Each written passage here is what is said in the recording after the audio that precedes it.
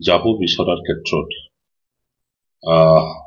কোনো ৰাজনৈতিক প্ৰেছাৰ নাই, কোনো ধৰণৰ বেলেগ কিবা এটা কাৰণত নহয়। মই চাইছো যে BTCত ৰাজনৈতিক ষ্টেবিলিটি, পলিটিকেল ষ্টেবিলিটি যদি আনিব লগা হয়, আজি সকলোৱে কৈছে যে আমি একগোট হ'ব লাগে।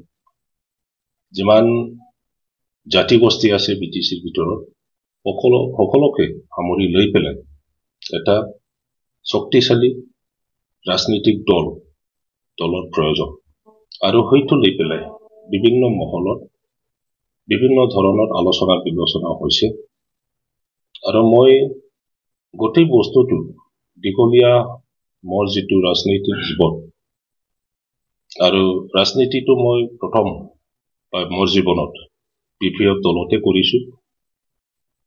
প্ৰথমৰ পৰা যোৱা কেইদিন আগত মই এই দলৰ পৰা ৰেজিগনেশ্যন দিয়া দিনালৈকে মই BPFতে আছিলো।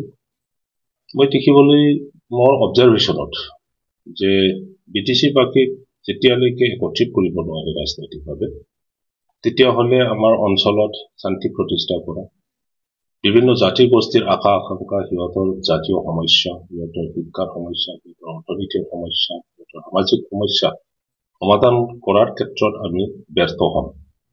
আৰু সেই গতিকে কোনটো দলৰ থাকিলে বেছি আমি ৰাইজৰ কল্যাণৰ কাৰণে কাম কৰিব পাৰিব, সেইটো মই চাইছো। আৰু মই দেখিছো যে BPFত কালেক্টিভ ডিচিশ্যন, কালেক্টিভ অপিনিয়নৰ অভাৱ আছে।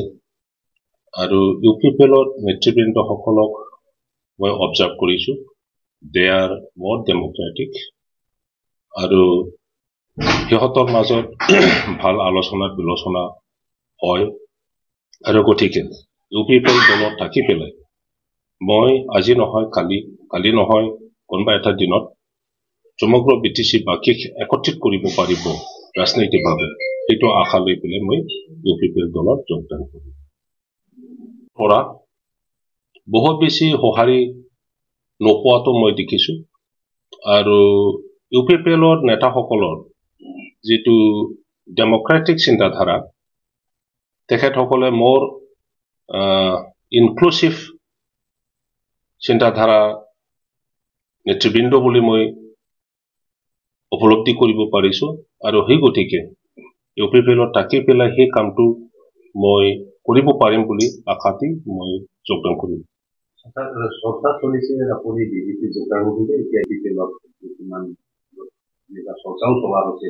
সেইটো মানুহসকলেহে কিবা কৰিছিল, কি বুলি কয়, এজাম্পচন কৰিছে যে কাম্পা বৰগীয়াৰীয়ে ক'ত যাব পাৰে, BPFত যাব, আৰু BPFতে থাকিব, না UPPLত যাব, না BJPত যাব, না কংগ্ৰেছত যাব, না অন্য দলত যাব। এইটো বহুত ধৰণৰ অপিনিয়ন দিছিলে। আৰু কেতিয়াবা মই কৈছো, মই এতিয়ালৈকে কোনো ধৰণৰ সিদ্ধান্ত লোৱা নাই। ফাইনেল যেতিয়া সিদ্ধান্ত ল'ম তেতিয়া আপোনালোকে গম পাব। মানুহবিলাকে বিভিন্ন ধৰণৰ অপিনিয়ন দিবই, কিন্তু মই যিটো UPPL দলত যোগদান কৰিম, ইতিমধ্যে মই কৈছো, ইচ্ছা দি মই কৰিছো। আৰু কাৰণটো মই কৈছো যে UPPLত থাকিলে UPPLৰ নেতাসকলৰ যিটো মেণ্টেলিটি, এইটো মই দেখিছো। আৰু সিহঁতৰ লগত মিলি গৈ যদি কাম কৰিব পাৰে, তেতিয়াহ'লে BTCৰ সৰ্বাংগীন উন্নয়ন মাত্ৰ নহয়, ইয়াৰ অকল শান্তি প্ৰতিষ্ঠা কৰাৰ কথা নহয়, সমগ্ৰ জাতি গোষ্ঠীক লৈ পেলাই নতুন এটা ৰাজনীতিক দৃষ্টিভংগী একত্ৰীকৰণৰ ক্ষেত্ৰত এই কাৰ্যটো, সেই কামটো সম্ভৱপৰ হ'ব বুলি মই আশা কৰিছো। BTC বাকীলৈ নমস্কাৰ, খুলুমবাই। মই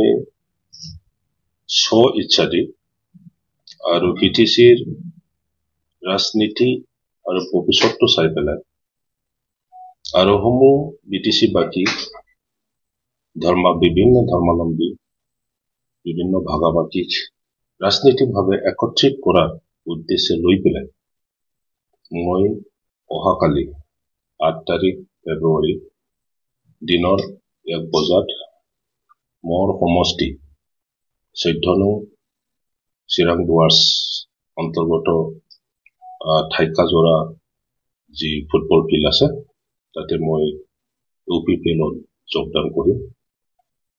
মই সকলো ৰাইজক অনুৰোধ জনাব বিচাৰো যিসকলে মোৰ লগত থাকি UPPLত যোগদান কৰি আমাৰ BTCৰ ভৱিষ্যতৰ কাৰণে নিজৰ জ্ঞান নিজৰ কৰ্ম ৰাজনীতি দিশত দিবলৈ ইচ্ছুক ব্যক্তিসকলক মই অনুৰোধ কৰিব বিচাৰো আহক কালি দিনত 1 বজাত ঠাইকাজোৰা ফুটবল ফিল্ডত আমি একেলগে UPPL দলত যোগদান কৰিম।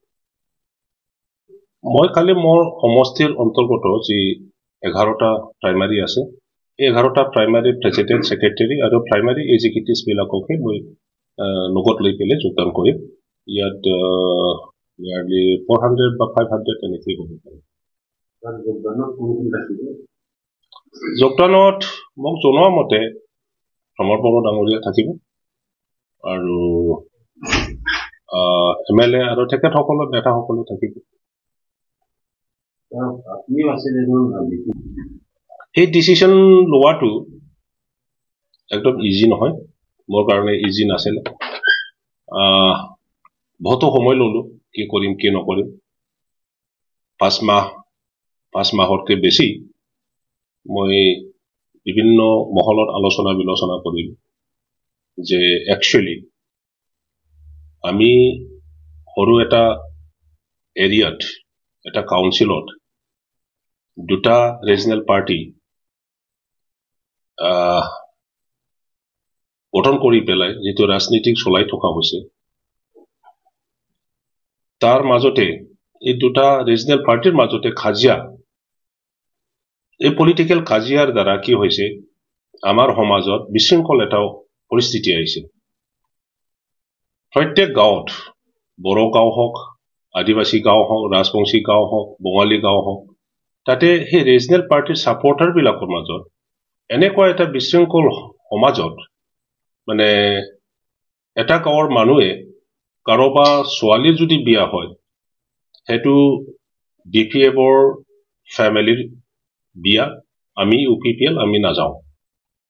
গাঁৱত কিবা এটা আপদ বিপদ হৈছে, গাঁৱৰ কিবা এটা বিপদ হৈছে, তাতো যদি গম পায় কোনোবা UPPLৰ ফেমিলিত এই ঘটনাটো হৈছে DPFৰ মানুহবিলাকে নোযোৱা হয়। এই তেনেকুৱা সহায় সহযোগিতা এটা ভাল সুস্থ সমাজ গঢ়ি তোলাৰ ক্ষেত্ৰত দুটা ৰাজনৈতিক পাৰ্টিৰ যিটো দ্বন্দ্ব এই দ্বন্দ্বয়ে যথেষ্ট বেয়া প্ৰভাৱ পৰিছে। ইয়াৰ কাৰণে আমি প্ৰায় প্ৰত্যেক সময়তে চেষ্টা চলাই থাকিছিলো যে BPF আৰু UPPL এই দুটা দলক একত্ৰিত কৰি পেলাই আমাৰ BTCত এই দুটা ৰাজনীতিৰ দল গঠন হোৱাৰ আগত যেনেকে মিলাপ্ৰীতি দাদা ভাই ভাতৃত্ব এটা সম্পৰ্ক ৰাখি পেলাই সমাজখন চলাই থকা হৈছিল এইটো ঘূৰাই আনিব লাগে। বৰঞ্চ ৰাজনৈতিকভাৱে এটা দলৰ সমৰ্থকসকলক লৈ পেলাই এটা ষ্টেবল পলিটিকেল সিচুৱেশ্যন ইয়াত ক্ৰিয়েট কৰিব লাগে। ইয়াৰ কাৰণে আমি কাম কৰি থাকিছিলো। মই